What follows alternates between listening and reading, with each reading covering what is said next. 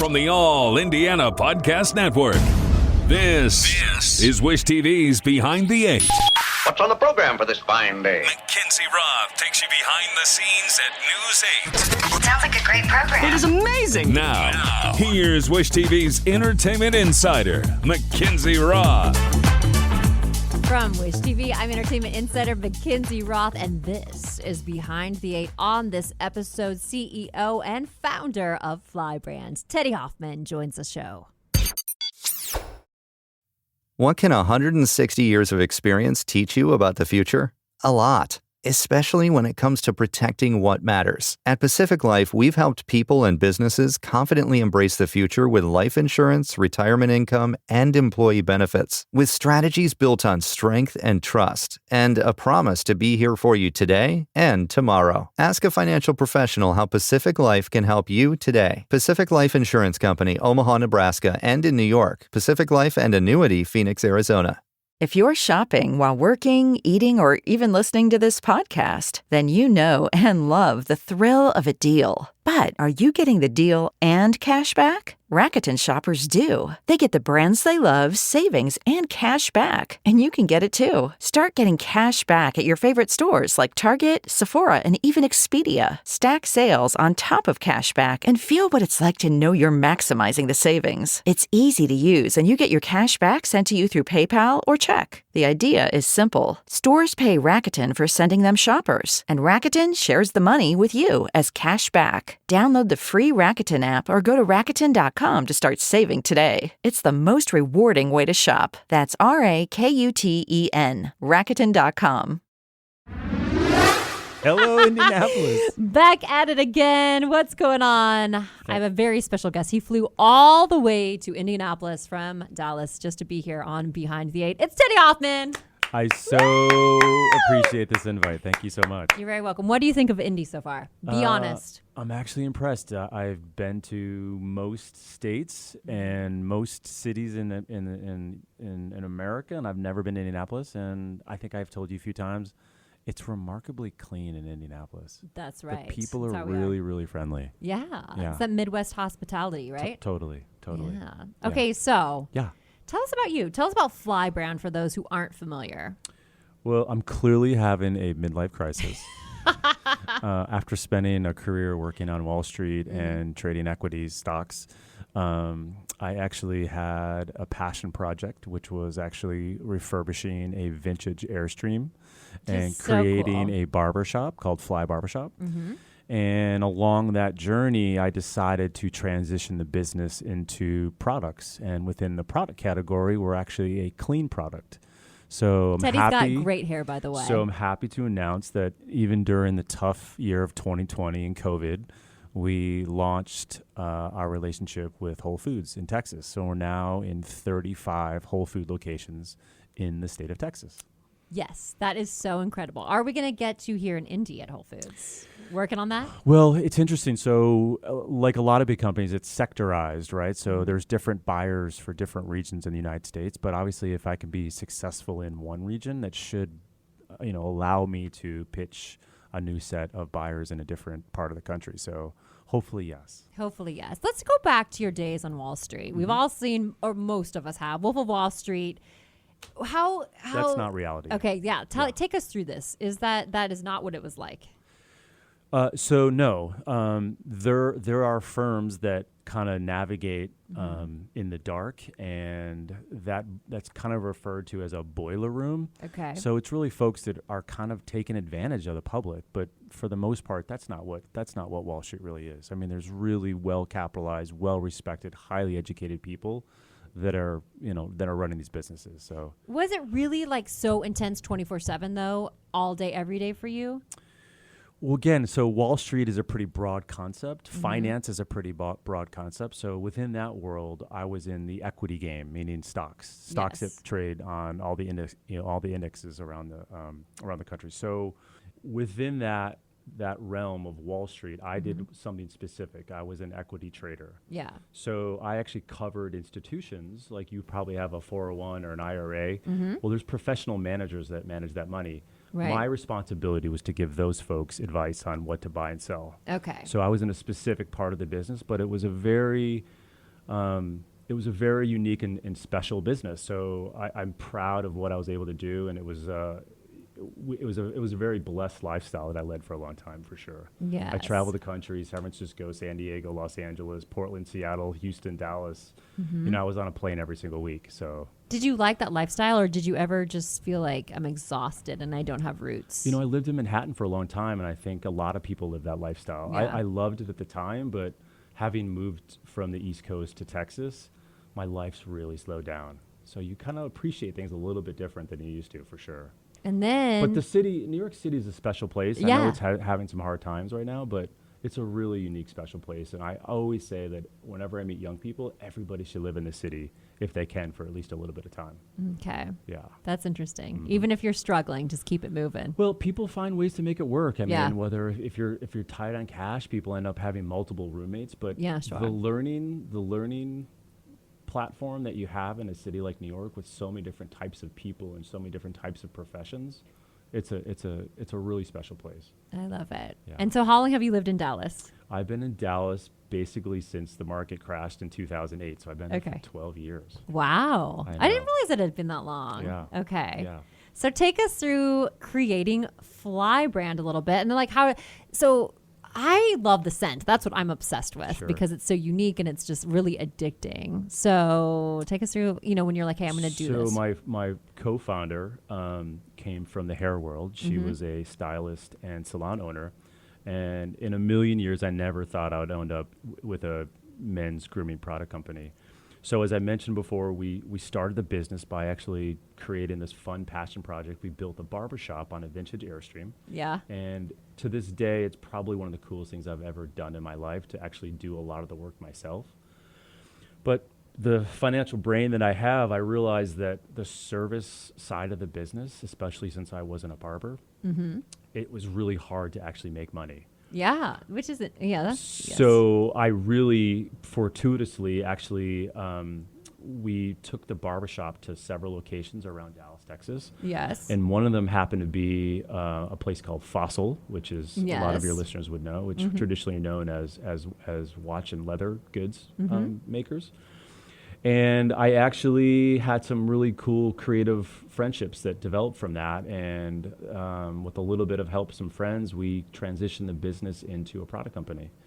So if anybody sees our packaging, they'll say, that looks pretty cool and that looks pretty unique. And one of the key things that I don't really talk about is that I wanted to keep the authenticity of the Airstream, the whole aluminum vibe with the packaging. So my cans are actually aluminum, which is expensive, but it felt like it kept the integrity of the whole barbershop Airstream vibe. So it is such a vibe. So Teddy, were you always like a Rat Pack? Like, we want to keep some old school swagger. Was that always the intent? Well, it's interesting. I built the name and the business around an iconic Hollywood actor, Steve McQueen.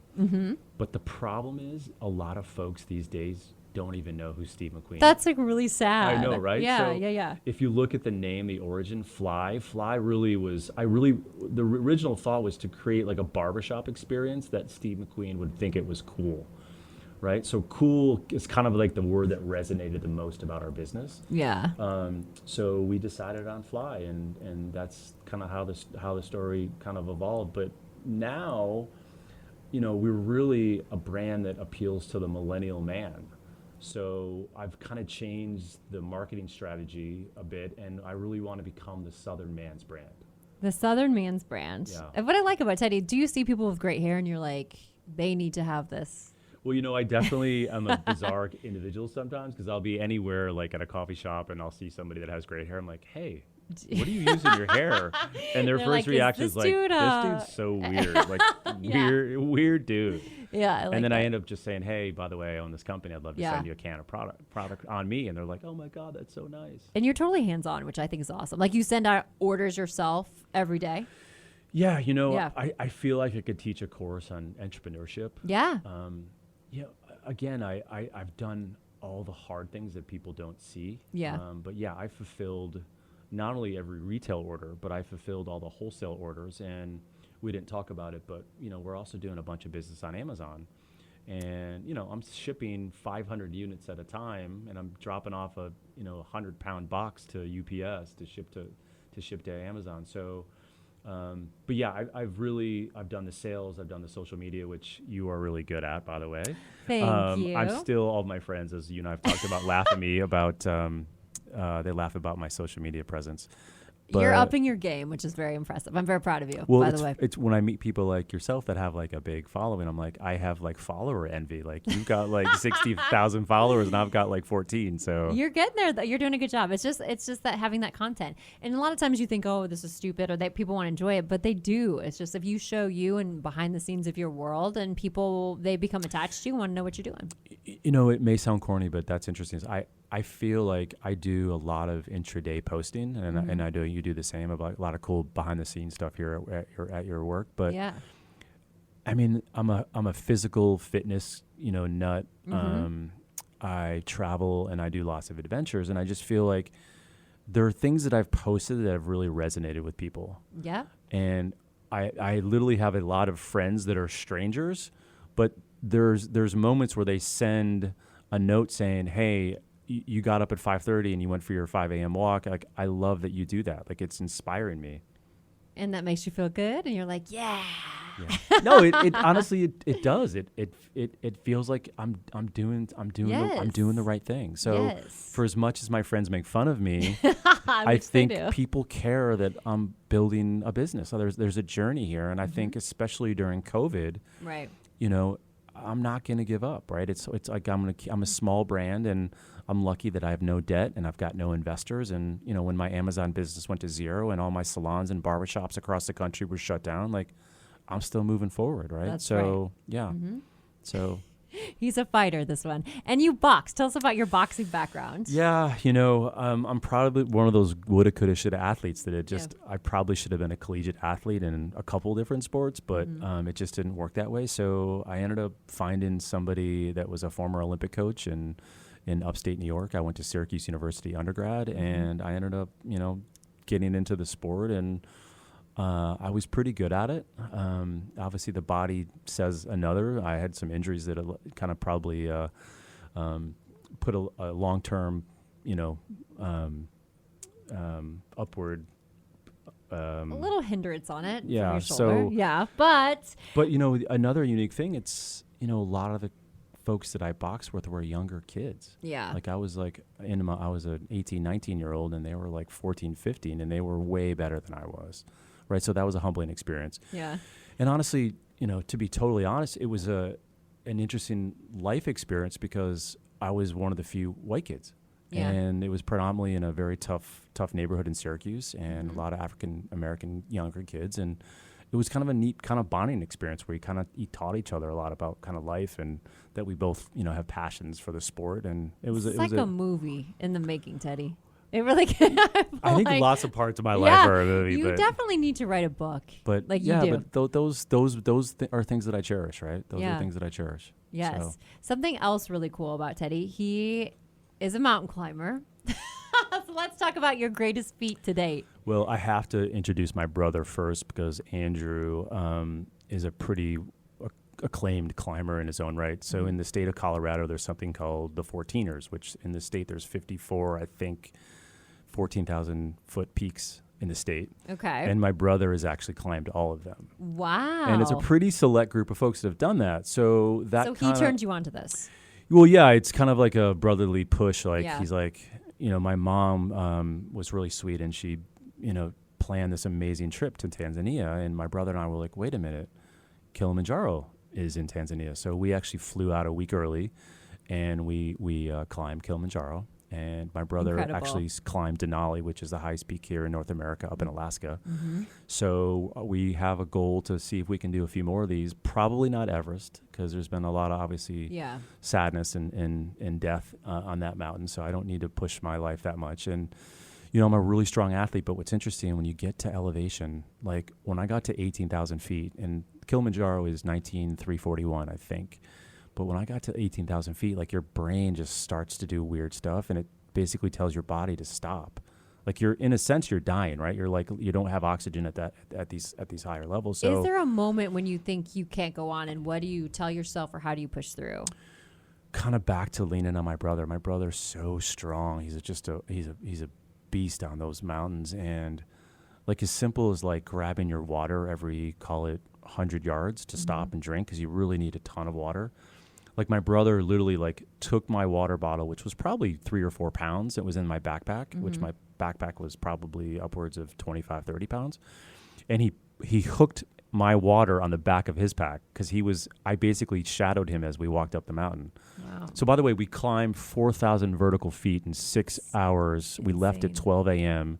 and we hit the summit at 6:30 as the sun was coming up, which is what the normal process is. But we were the first group up because we passed everybody, actually. What is that? But just that little like? moment of my brother taking my 3 pounds of water and putting it on his backpack, so we literally don't have to stop, take my bag off. Like, it was a really cool gesture. But that little gesture actually helped me get to the top. What is that moment like when you get to the top? Interesting. My brother was emotional. He was like, he was so excited that I did it and did it with him. You know, he's gotten to those types of peaks before. Sure. But we had a really cool moment where we had a good hug, and our 2 guides actually took a bunch of cool photos of us, as you can imagine. But no, it's a pretty cool thing. There's an iconic wooden plaque up there that says, "Hey, you're now the highest point in Africa, the continent of Africa." Wow. So it's a neat moment. I've seen a lot of other people's photos, and they all had really sunny days. We had a very overcast day, but you know, we went through 4 different climates, and there was snow on the top, right? I mean, it's cold and it was snowing, and just a couple hours earlier it was like sunny and warm. It's kind of a surreal experience. Did you have that moment like, I'll remember this for the rest of my life? I tell people, not just Kilimanjaro, but Tanzania. Like, I'd never been to Africa before, and you know, you and I were talking about early in the weekend, but I may have made lifelong friendships with some of these folks. The Tanzanian people were really, really amazing. They were really, really kind, and I cherished the meetings that I had. One was a Maasai warrior, which is a tribe that's in Tanzania and actually Kenya, and he spoke no English, but he uses Google Translate and sends me WhatsApp messages. That's so awesome. And he calls me Kaka, which is brother in Swahili. Kaka? Kaka, yeah, CACA. And it's like that. Yeah, and it's just, I mean, those are just, and I you know, I travel all over the US, and I send photos of places that I am in the US, and to send to him just so he can kind of be a part of our little experience, and it's super, super cool. That is so cool. I do have a question about And I do have to say something about my mom. Aw. My mom actually sent money to one of our safari guides, because he had a daughter, and they shut down all the parks during COVID. Like, we don't think about the ripple effects all over the world that people have gone through this, but you know, he couldn't work, and we obviously had a bond with him. So my mom, bless her heart, sent our guide some money to get through like the COVID time. So yeah, and we went on a safari over a year ago. That's wild. Right, yeah. So pretty cool. That's very cool. When you're at the mountain, I have a question. Nobody ever talks about going back down. What is that like? You know, interesting. I think a lot of folks would say like going down is when people get hurt the most, right? Really? Because you're kind of like, you're tired, your legs are a little bit rubbery, but you're moving at a faster pace. Yeah. We actually, over a day and a half, covered almost 25 miles on the way down. That is insane. Yeah. Do you take like a week off then when you get back home? And what's the recovery process a lot of peaks, there's different guide groups and there's different timelines. We chose the fastest. It was a 5-day, but there was as long as an 11-day to get to the top, which I couldn't imagine. Wow. So based on that timeline, we literally had a day and a half to get down. Okay. Yeah. Wow. But you know, I think our guys were like, okay, these are 2 pretty strong Americans, and they wanted to get back to their families. I mean, that's the other part of it. These folks, you know, do these 5-day treks, and they're away from their families. So the faster we got down, the more time they could spend with their family. So. And the more you climb, the more you want to climb. Is that how it goes? Like, okay, I have my next conquest type of feeling. Yeah, you know, I was spent some time back in Colorado this summer, and you know, we even did like a 12,000 foot deal, and you get that same feeling when you get to the top, and you're like looking around, and you're just like you kind of feel like you're on top of the world. I mean, you're at 12,800 feet, which it's not the highest peak in North America by a lot, but you get to the top and you look down and you're like, wow, we just crushed that. That was a 7-hour climb. And that felt really, really good. Yeah. How many and calories by the way, my did you niece, burn? my niece crushed it at 8. She crushed it. She got. Oh my God. So if you ever need motivation, you look at your niece. Yeah. She doesn't even know like what she's doing. She's like, whoop. That is so awesome. Little firecracker. Okay. We want to get to know you even more, Teddy. Oh, Are you boy. ready for this? I'm ready to turn the tables on you, by the way. Okay. We'll do that in a moment. I want to know, we're going to play When's the Last Time. You ready? When is the last time you cried? I'm actually very emotional and I'm very in tune with my feelings. I'm one of those guys that doesn't just outwardly cry, but I'm touched often. Mm-hmm. I find myself tearing a lot when I'm watching certain, it could be a movie or it could be a show. What movie always makes you cry? Rudy.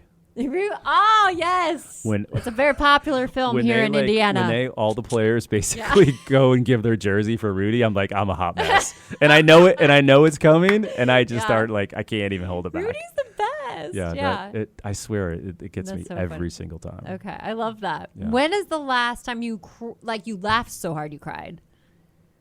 Oh, man. I don't know. Like, when was your last good old belly laugh? There's a really famous speech by Jim Valvano. Mm-hmm. Jimmy V. As he was dying of cancer, right? Mm-hmm. And he did something on one of the early first ESPYs.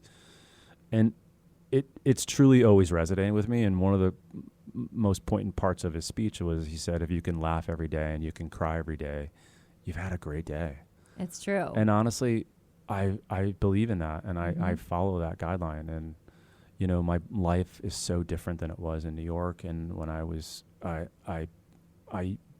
judged my life a different way then than I do now. So I think I'm a lot happier than I was when I lived in New York City, and the journey that I'm on and the people that I meet, it's joy every day. So yeah, I probably laugh and cry almost every day. Every day. How do you define success? I think that's changed a lot for me as well.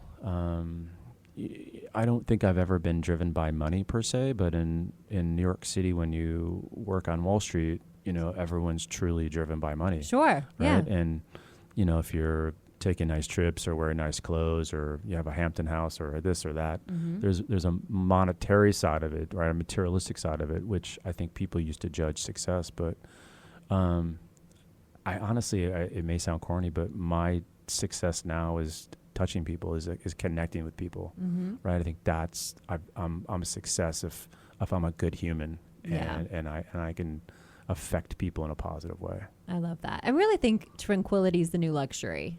If you can really say I'm at peace with my life, right? Yeah. Like that's luxury. And I've really become a believer in this thing called the universe. Like I think we're all on our own journey.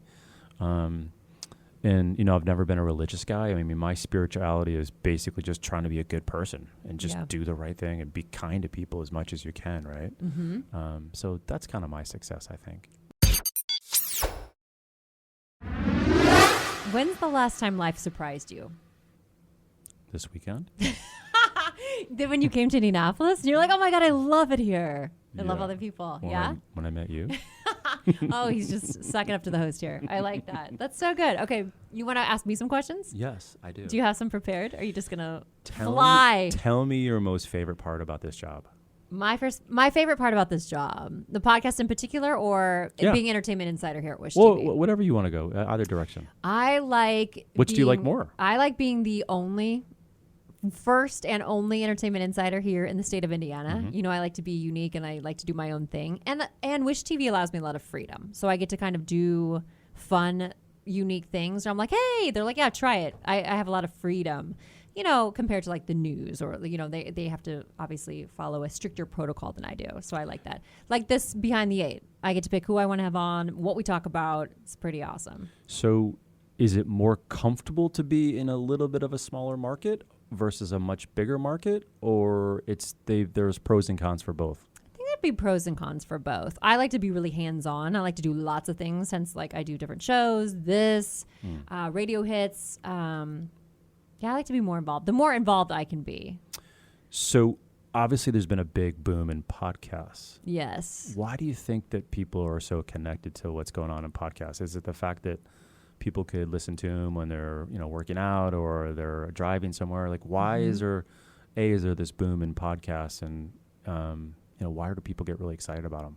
I think people are really connecting with the personalities on podcasts, and I feel like it's a little more freeing. People aren't so tight, especially once you get into a flow. And you're right. I think like on the go, especially like millennials, they don't really listen. A lot of millennials don't watch TV and they don't listen to radio. So the podcasts are where it's at. So they'll listen to them 24/7. Like you said, like you mentioned at the gym on the way to work. And then they get their favorite and they wait for like an episode to drop, like Behind the Eight that drops every Friday. They know when it's dropping and it's like an appointment setting thing. And then that's into their daily routine.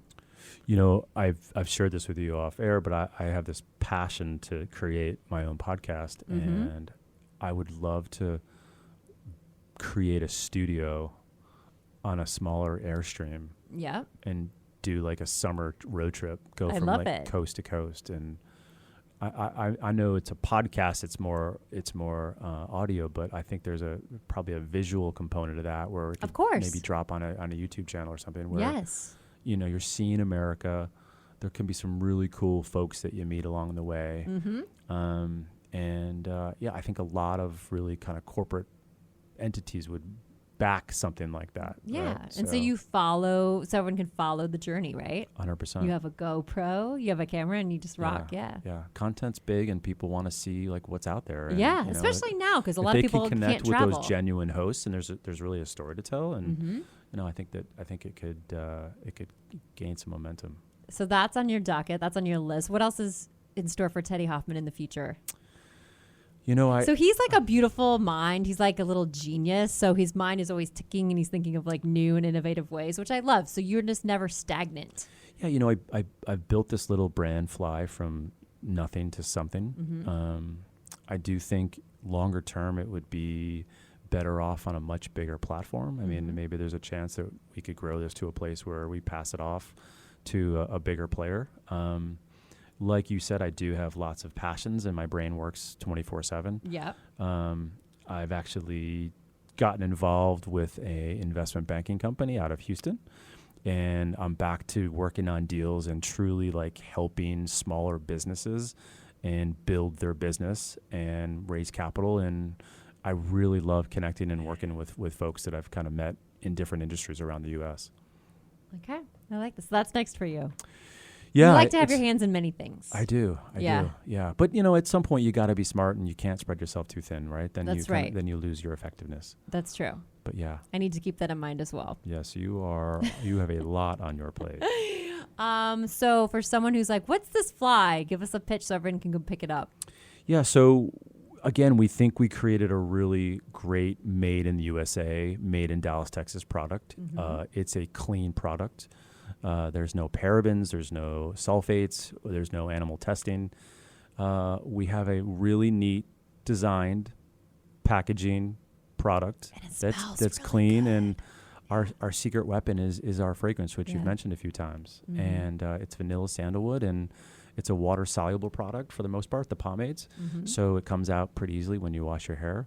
But we're going to be launching 4 to 5 new products in the next year. So a portfolio will continue to grow, and hopefully there's some other bigger retailers out there that will allow us to be on their platform, and we keep growing the business. Love it. Onward and upward. And Teddy, where can everybody follow you and find you and Fly? I appreciate that. Yeah, so you can find us on flybarbershop.com. We are also sold on Amazon.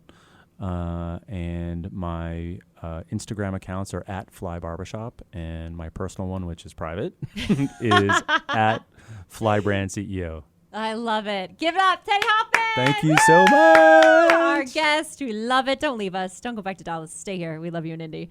From Wish TV, I'm entertainment insider McKinzie Roth, behind the 8 here on the All Indiana Podcast Network. For more, head up wishtv.com. When you follow Wish TV on Facebook, we love it when you do. Also, be sure to follow, subscribe to this podcast, again, on the All Indiana Podcast Network. Until next time, bye-bye.